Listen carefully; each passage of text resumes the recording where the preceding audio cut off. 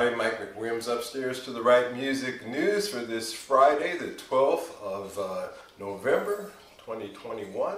So I just want to start this out by saying thank you so much to everybody who has supported this channel by subscribing. We have the goal of getting to 1,000 subscribers and we are incredibly close.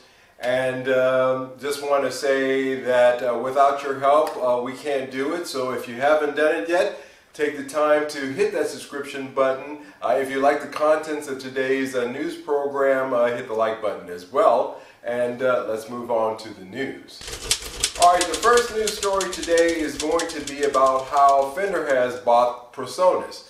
Now, Presonus is well known for their Studio One software. I myself have exclusively used that for about a decade now. And it is a fantastic piece of software that gets the job done for me in my studio. Presonus also makes a lot of hardware as well. They have their X32 mixing board, a lot of stuff, a lot of cool stuff that they have available. But I think one of the big issues is that because of the diversity of their, let's say, product in this age of shortages, especially when it comes to computer components, when it comes to chips, when it comes to a lot of the things that you need in order to manufacture these devices, Presonus probably doesn't have the reach globally that Fender does.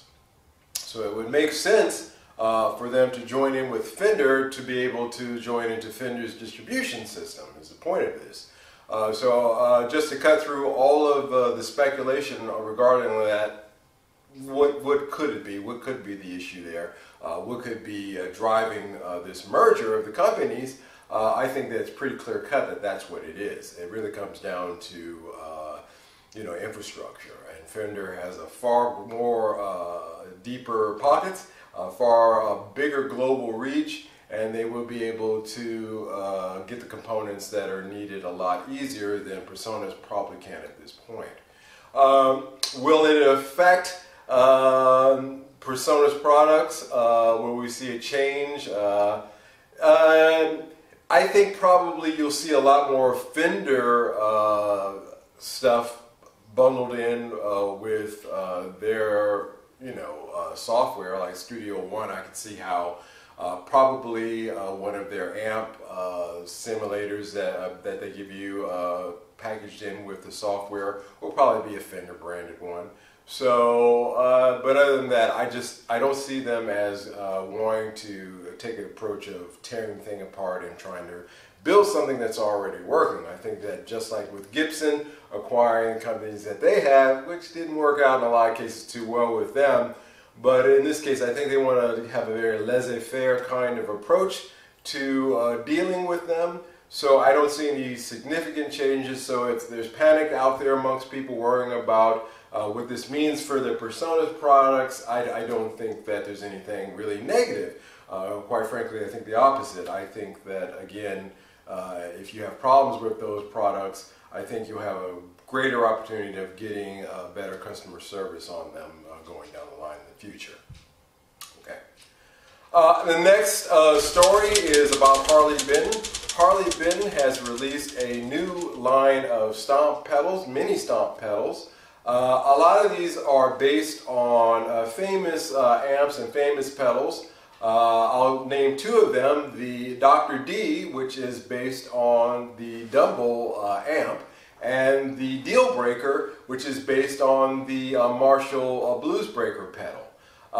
They have other ones based on Rat distortion pedals. Of course, they've got their Plexi pedal, they've got their fuzz pedals, so they have quite a line here. And actually the truth of the matter is that these are not, again with Harley Benton, they rebrand things.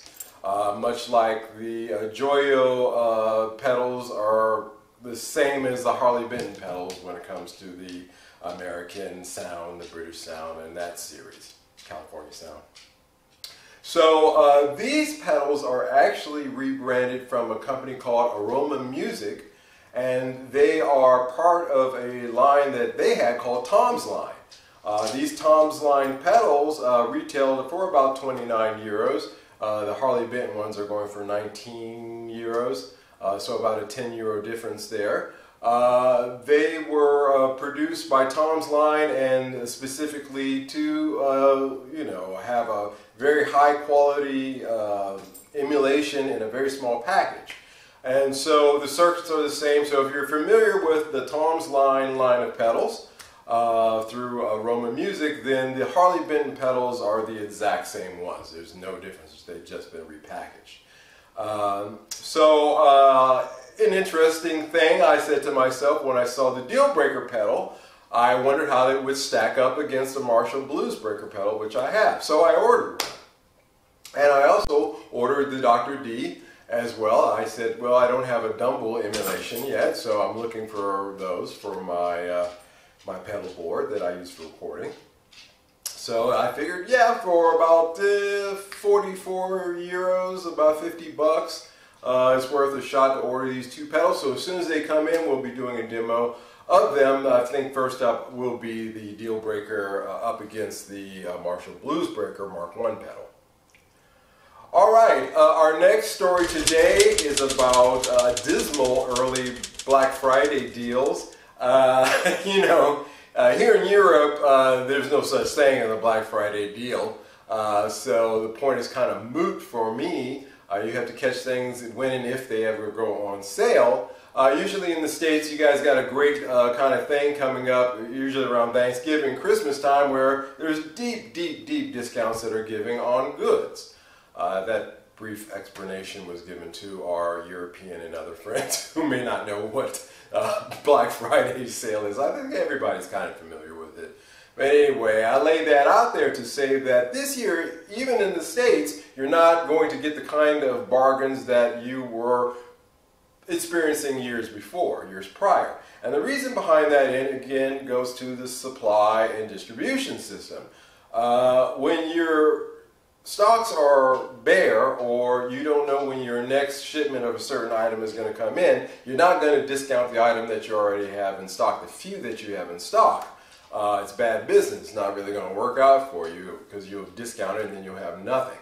That's essentially what we're seeing. Now, what they are doing on sites like Sweetwater is if you spend $3,000, they'll give you a $300 store credit. So basically, you're buying something for $27 and then the option to buy something else for $300 with that store credit. Either way, you're still out $3 grand. I would prefer just give me the deal at 27, and or even if you're going to do that, give it to me at 24, even better. That's kind of what they're doing there, and it's kind of dismal. If you look at all this, it's kind of dismal, really, this year in terms of the bargains. So I think that, again, because of the supply and demand issues, because of the distribution issues, I think that the Black Friday this year, even when we get closer to the true Black Friday, what is that, the 26th, 27th of this month, I think that you're just not going to be seeing the kind of $10 TV, 27-inch TVs that you guys are used to. It's just not going to happen. Again, plan accordingly. It never hurts to just go ahead and get something now. I'm going to keep on saying this. I said I wasn't going to mention it again, but my conscience just tells me that I have to keep trying to hammer this out to folks, that you really need to get whatever it is that you're going to get now.